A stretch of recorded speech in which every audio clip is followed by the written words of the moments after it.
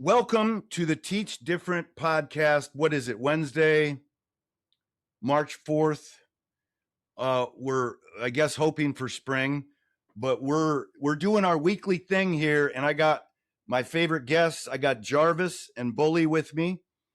We might have Tree joining us soon. We've got a quote, obviously, this week, and I've also got a little bit different of an approach I'm going to experiment with that we're going to be guinea pigs with for today. And here's the approach. We're going to take a current topic, okay, something controversial, a little bit controversial. There's lots, right? And we're going to find a quote. We're going to read a quote, and we're going to talk about a quote and soft land a good conversation about a controversial topic. And we're going to do this to show people that you can have conversations about really difficult subjects if you do it the right way, if you've got a framework. Like, don't launch in and start in with your opinions. Okay, we're going to take a quote and we're going to model this method that we always use. So that's the different thing we're going to be doing, and it's not that different. So I'm going to just start us off with the topic first, and I want you to think about this.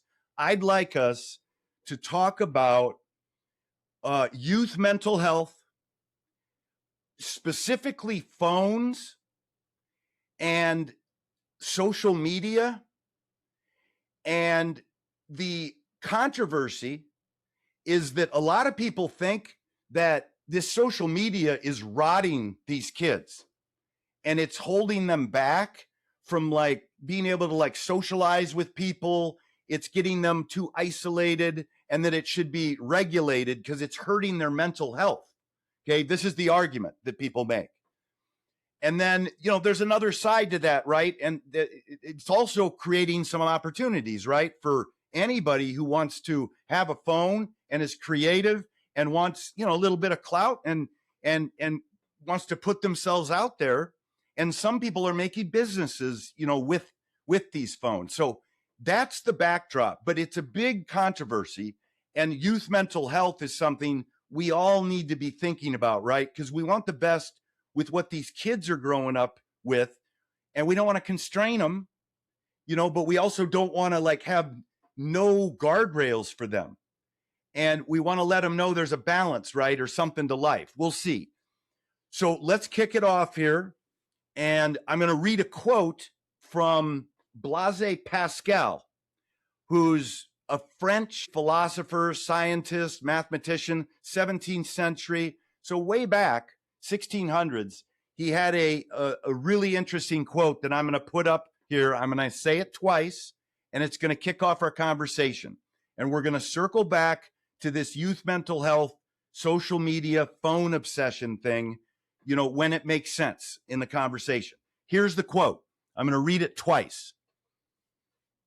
All of humanity's problems stem from man's inability to sit quietly in a room alone. All of humanity's problems stem from man's inability to sit quietly in a room alone. Let's figure out what he's saying first. Anybody have a input? I can say it. Well, from what I heard and what I listened to, is basically what he's saying is that a lot of problems in humanity come from a lot of us not being able to sit and deal with our own problems. So what I can think that this will be going is that humanity projects a lot of their own personal thoughts out into the world, which reflects in a lot of negativity or fear or damage of people opening up and want to be things in life because of what other people would say or feel.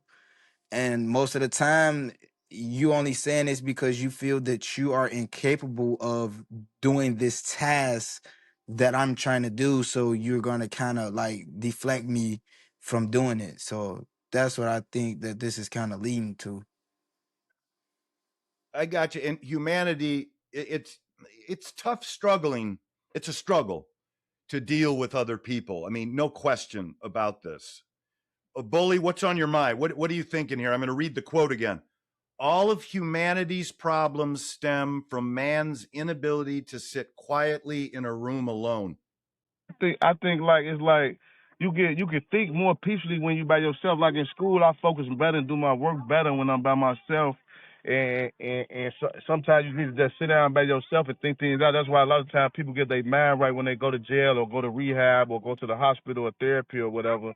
But real life is hard to sit down by yourself because real life, humanity going every day. It's going every day. It's going every day. You don't have the time to really sit down by yourself to make a decision.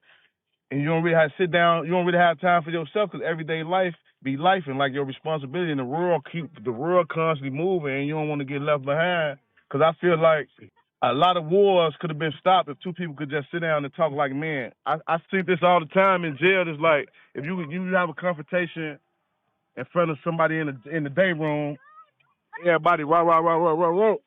But then when you tell somebody like, let's go to the cell by ourselves and we could do it one-on-one, it'd be a whole different energy, and they end up talking it out and resolving it. Okay, so you're basically picking up on the idea of it's not necessarily one that you're alone away from humanity. If you're with the person that you're having a conflict with, I mean, that's pretty close to alone, but that's a much more productive environment to settle a score, if you want to call it, peacefully. Yeah, because it's like it'd be pride. It'd be too much pride involved in the public eye. Like, I got of course, you. if me and you get into it in the day room, of course you gonna be like, "What's up? What's up?" I done did that plenty of time. I be like, "It's cool, Joe. Let's go to the back of the cell. We can talk about one." I pull the cell. Like, "What's up now?" Well, no, bro. Like, man, whoa. Now people want to talk when the pride out the way, and the crowd out the way, and the audience out the way. I get it, man. That I like that a lot. And Tree just popped in. This is perfect timing. Tree, weigh in on this quote. It's great to see you. All of humanity's problems stem from man's inability to sit quietly in a room alone. Yep. I feel like logic and decision making has to be done with a level head, especially decisions that will affect humanity, decisions that the powers that be or the leaders of the free world, the new world, whatever this world we're living in, since the beginning of time, all the people that were in power always had multiple things to worry about. Keeping the power, and sustaining main two things was keeping the power and sustaining everybody. In the midst of doing that, they got to figure out how morals coming in line. But then also has always been a group of beings, governments, whatever you want to call it. They're a group, and I don't really see those sittings and those meetings being positive or peaceful. There's probably a lot of yelling, a lot of arguing, a lot of disagreeing to get to the solutions. That's a chaotic environment. So y'all trying to argue solutions. Y'all trying to argue y'all way until y'all find solutions, which is not productive because you arguing. I mean, you in defensive state, you angry, you probably lashing out. Your responses, you're not listening to listen, you listen to respond. All these different issues that humans have with communication. So it's like, that being the case, if the people that's pushing humanity forward are not making decisions in calm settings, they're not making decisions in calm states of mind, then you probably made that decision out of survival. You probably made that decision out of necessity to please whoever was disagreeing. And now it went from y'all actually discussing solutions for humanity to y'all just putting band-aids over things. All right. That's actually one of the best arguments I've ever heard against collaboration as a way to lead. Because some people are going to say, oh, no, you want to have multiple voices going back and forth and maybe even a little arguing. And then you end up getting a solution that everybody might not like, but they buy into it. But I'm going to leave that one for now and just get where you're coming from. If you're at peace and you're at your set with yourself, you don't have those same dynamics going, which are usually negative. So let me bring it to the topic. All right, these phones and social media, and you see everybody with these things. Do they help hurt to kids being comfortable being alone?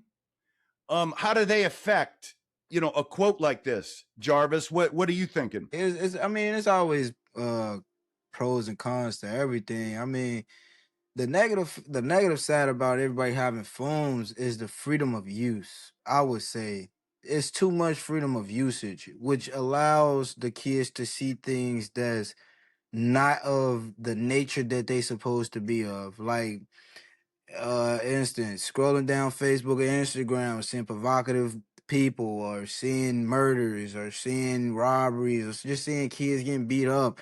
This produces a fuse in people brains, because it also does it to me, and I'm an adult. Like, it let goes a fuse in my head to where I feel when I step out, I have to be in a certain timing or a certain time frame because of what I've seen on social media. So I'm so like alert to the things that's going around me, and like I should be focusing on goals or accomplishing things in my life and living life. Then vice versa. You got kids that's out here that got businesses that's actually utilizing their time with social media, like content creators or young entrepreneurs or people that just getting themselves out there. Like, so you can't really, it's like it's bad, but then it's good. So I would say the bad thing about it would be the usage of it. I would say like kind of like cut your kids down on the usage of the internet. Get them outside more. Show them more nature, Mother Nature. Get them more one-on-one time. I know it's gonna be hard the first couple of months because everybody's so addicted to the phone. Like, a Might have phone to is just, take it from them. yeah, but like you gotta think about it. And like to all the listeners that's listening, the phone and social media is like a drug. So you gotta think about it. And it's sad to think about it like that, but it releases a dopamine to these kids. Like, this is what makes them happy sometimes. This is what makes them sad sometimes. Like, so you wanna watch what they see or how they preserve things or how they viewing the things. So like the usage of their phone. I And it's got gonna you. be I get hard though. It's some gonna be hard. monitoring, and I like. Sorry, I interjected here. I want to get Bully or Tree in here, but I heard you really come a couple different sides. Like, it Yeah. could be used for good, but it can also be to an extreme. With them relying on it for their own happiness and their own emotional state. What There are you you go. thinking, Bully? What do you got? I just feel like we coming to the end of mankind as we know it with this technology in these phones. It's like people on the phone with so much AI. It's really like with all the technology and all this data and all this AI and everything, it's making a human being less valuable now. And it's really like it's helping the world because it's like a catch-22 because it's like it's helping the world because people creating things with technology like never before. But it's also hurt the world from inventing new things and people learning skills and talent and coming up to it because people spending too much energy on the phone and they not outside learning the environment, learning the world, getting up basic skills, finding a passion, finding a drive. A lot of times people don't sit. I done did that. You sit on the phone, just scroll to 2, 3 in the morning. People losing sleep. People can't really focus on their bed. It become a distraction after a while.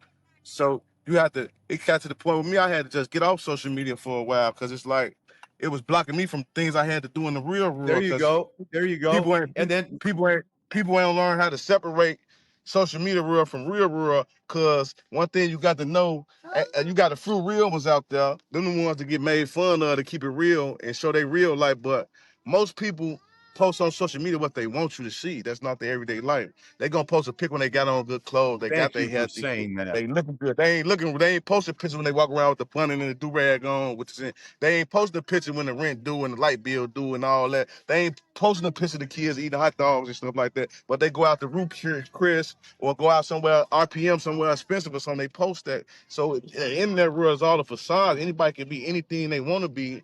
And it caused a lot of problems. People could throw rocks and hide their hand. People have fake pages and they say stuff to people knowing they wouldn't say this to them in real life. So it's like a whole nother world, and you gotta learn to separate the two. But sometimes people spend so much time on the phone, they get adapted to thinking that's reality when it's farther from the truth. So yeah, it's going to mess with your reality. And I'm glad you said about how we talk to people completely different on a post than we would if they were sitting next to us. We wouldn't say half the things that we say online. And there's actually some brain science behind that. I got to share that someday. But Tree, weigh in there with this. And I'm going to read our quote again. See if you can maybe even try to bring it back to the quote with this question of social media. All of humanity's problems stem from man's inability to sit quietly in a room alone. To add that to the AI/social media talking point, attention span.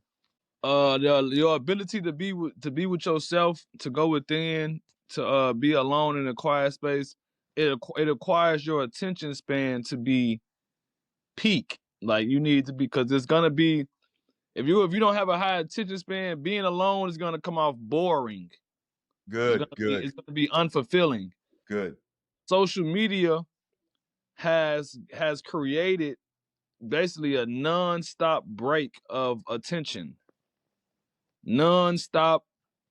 And it's so fast now that what we didn't realize, well, maybe scientists knew this ahead of time, but what I guess the masses didn't know that is that the more you have access, I guess, to seeing things, the lower your attention span gets, because you see one thing, you scroll to the next. You see one thing, you scroll to the next. You see one thing, you scroll to the next. And now it's to the point where if you don't like it, you can just scroll. You don't, and that was even before the internet. That was even with TV. If you didn't like what was on TV, you could just click to the next channel. You don't have to sit there and watch anything. You can click. So I feel like technology has been slowly stripping humanity of its attention span. And making it harder to be alone. Yeah, they're making it harder to be alone, because we're always sensing, we always need some sense of, we feel now that we always need a sense of connection, because they've allowed us to be so connected through the internet. You know what? Phones. So since we have cell phones now, and you can just easily call somebody, when back in the day you had to write a letter, maybe go ride a horse 3 days just to go see your friend. It's not like that no more. You can just text your friend right now, and you can communicate with somebody that's not even near you. So that quicker access to communication, even though it's like separating us, because people will talk more through text than they would in person.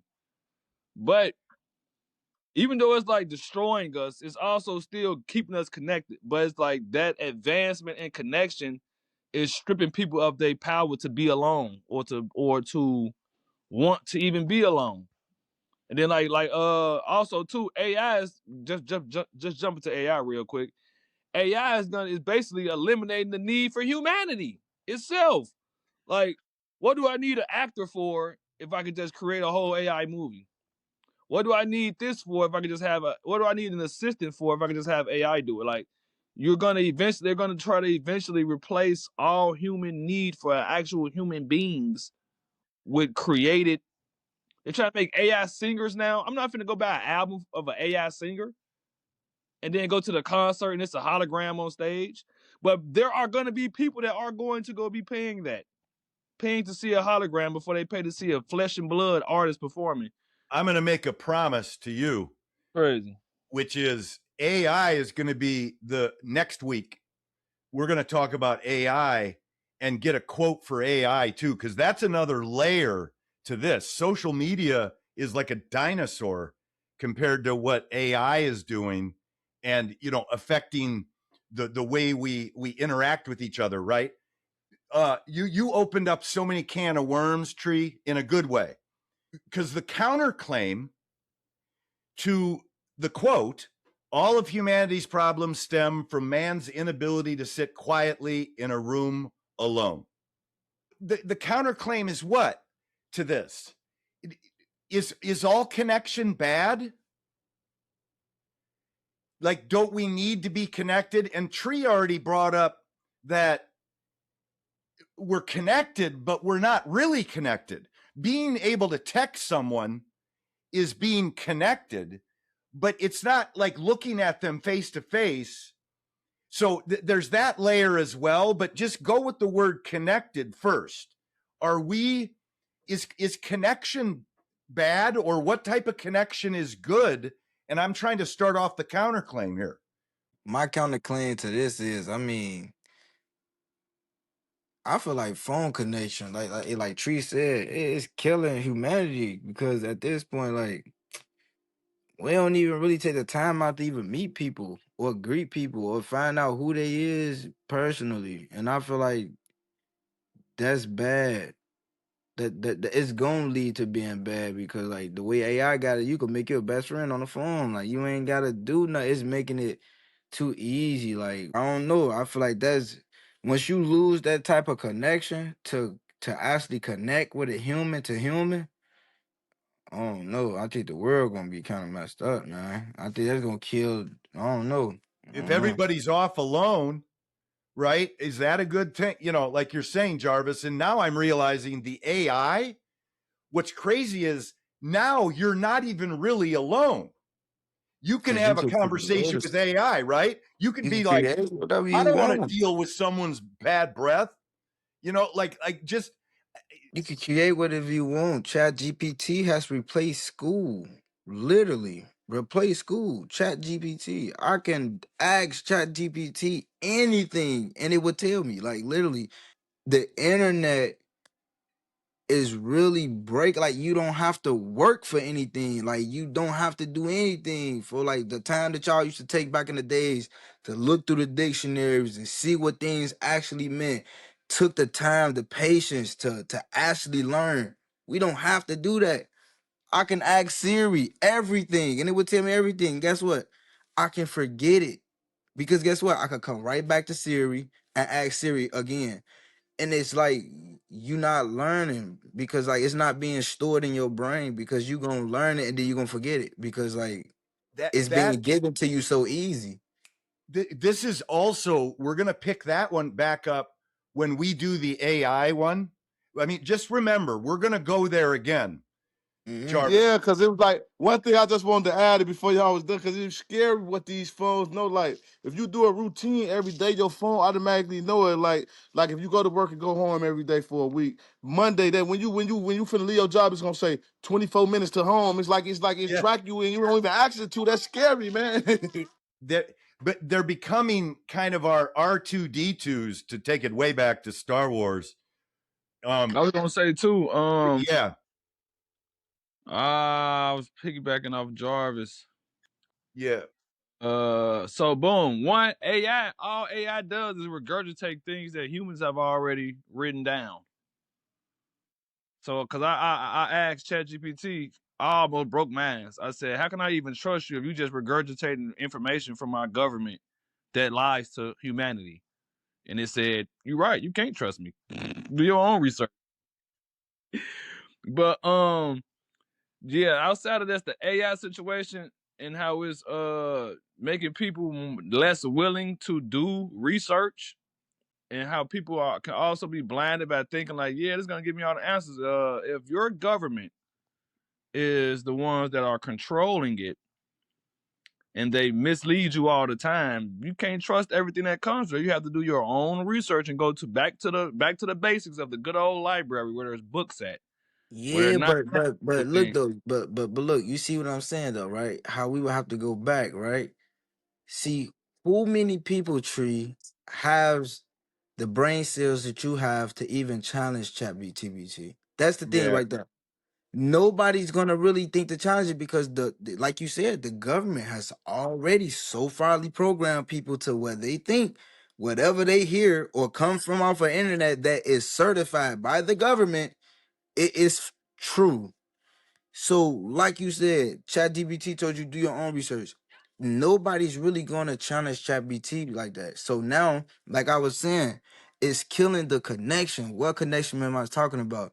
The connection to actually want to learn what you're searching, to actually discover, to actually go Bingo. through and learn.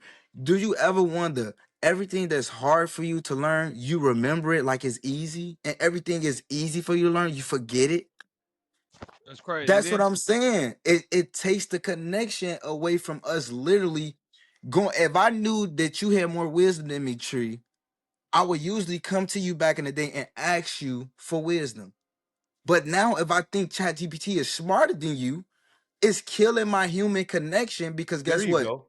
I don't feel the need to come to you anymore because I feel that it's something smarter than you, which is ain't nothing but internet and electricity. So it's Okay, killing my passion to even want to communicate or connect with you. You see what I'm saying? hold that thought. Hold that thought. I'm going to read this quote again because we're getting somewhere with this. All of humanity's problems stem from man's inability to sit quietly in a room alone. Pascal is saying we got to know how to be alone. Jarvis, you just shared that when we're alone, if we got AI, that's going to send us off the deep end. We're going to start trusting that over our friend and people that we know have wisdom. So I think that that's the embodiment of a counterclaim right there, to where being alone is overrated. It's dangerous in today's world because you have access to all this other stuff. Exactly. Just like let me throw one example and then I'm done. Just like if any one of you guys knew anything about real estate, right? Let's just say hypothetically real estate because it's hot right now. If any one of you guys was experts on real estate, right? And I knew that instead of coming to you and doing all the trouble of having to call you, chase you, get with you, and all of that, doing human connection, I would rather search it up and get it from the internet, which is really what I knew somebody that can really help me in person, that can break it down to me in real life timing. But guess what? I was too lazy to have that human connection. And guess what I did? I chose the lazy way out, which is going to the internet. That killed human connection to me. That's what I just think personally. Cause like, it go even further.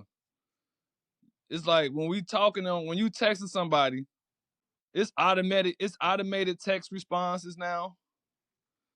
It's autocorrect, spell correct. You typing something in, it spell it for you. come on, man. Uh, it's emojis. You don't even got to say a word. You can just send an emoji now. Come on, man. And everybody I know don't have what to. you I don't feeling have to or know what how you to feel. spell something. I can just send an emoji that represent it. So it's like on multiple levels. It's like technology, low key, is like regressing us as a race because, for instance, like kids in high school that's have have trouble spelling and reading.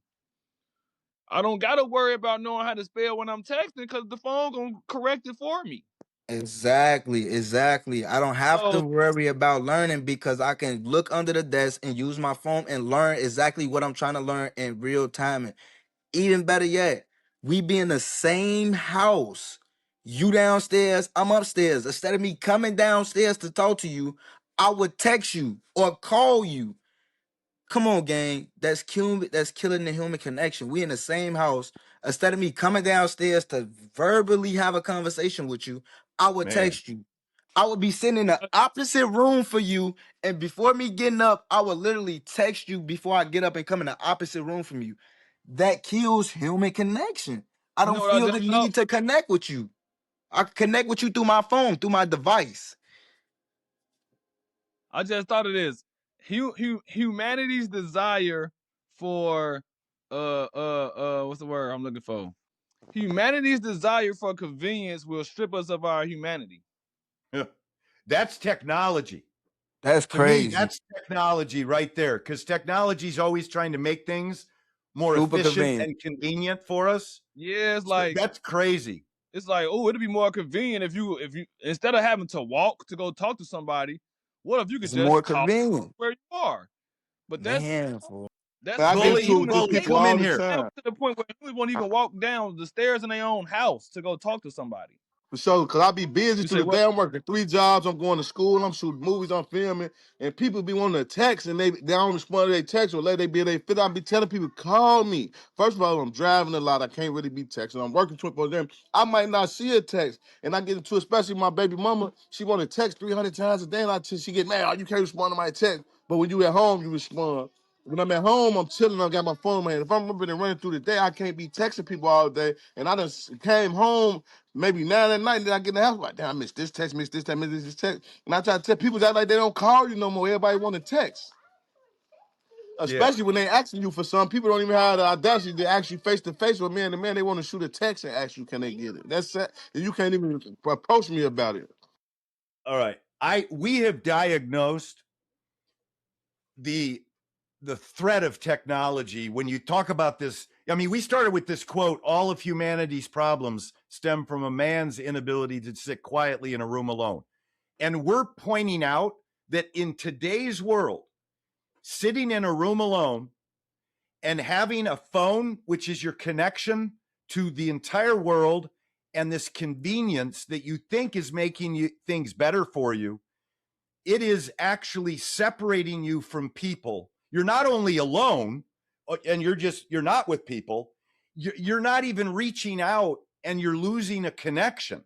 I mean, we've been living in the counterclaim to this. I feel like I need to throw a life raft to this Pascal. Like, so someone reassure me that being alone is still something good for us. But how do we do it? I guess I'm getting to an essential question I want to ask. Like, what does being alone mean? Because if you're going to tell me you're going to have your phone with you, I'm not convinced that's alone. So someone define alone that you really think makes this quote true. Alone to me is separation from all things outside of self. Including phones, people, Phones, people, dogs, cats, material, Everything. even materials. Like, Anything that's not within the temple, you have to learn how to disconnect from it. God said, "You shall have no idols but me. You shall not worship nobody but me." And that'll be the thing with people, bro. I don't even know, bro. People, they be right next to you, folks. Like people be couples, even couples, gang. They'll be with each other. I like they irritated for even being with each other, shorty, and be more comfortable with being on their phone. Like it just be losing me, gang. I don't know. Okay. yeah. So basically, separation from all things other than self and all living things. So as long as nothing is living around you, that is consciousness. Separation from all consciousness other than self. You're talking about meditating. Almost in a sense, yeah. I feel like that's the true aloneness. Meditating, yeah. But That's like, hard to do, right? Like in certain environments, you almost have to go to a retreat. and I think a lot of, if I'm not mistaken, a lot of the world's, a lot of things that actually move the world forward, as far as invention wise, was discovered by somebody who was alone thinking. That's what this Pascal, he's the one who came up with the quote. Think of how much time he spent alone. You can't figure out theories and, these hidden logic, this hidden logic behind nature unless you're alone. Like, Newton, when he wondered why the apple fell from the tree and discovered gravity, he wasn't at like a wedding party, Right. he was just sitting there. So I'm taken up on that as well. Like as long as you're around other consciousness, it somehow is going to draw your consciousness away. Because if it's 3 people sitting in the room and it's quiet, maybe 2 of them are truly thinking of things. The other person is thinking, why they so quiet? What are they thinking about? Should I still be quiet? What should I be thinking about? Now it throws off your aloneness. There you go. It's social. It ends up being, yeah. That's, well, let me wrap this up with what I think is an observation. if you think of Pascal as being one of these scientists, and he is, philosopher, mathematician, guys like him are developing this AI. Okay. And I don't know exactly how they're developing it, but my guess is that they got some alone time. And it's crazy to me to think that the people who got the alone time, who are developing these technologies, are giving us these technologies and then making it impossible for us to not be alone.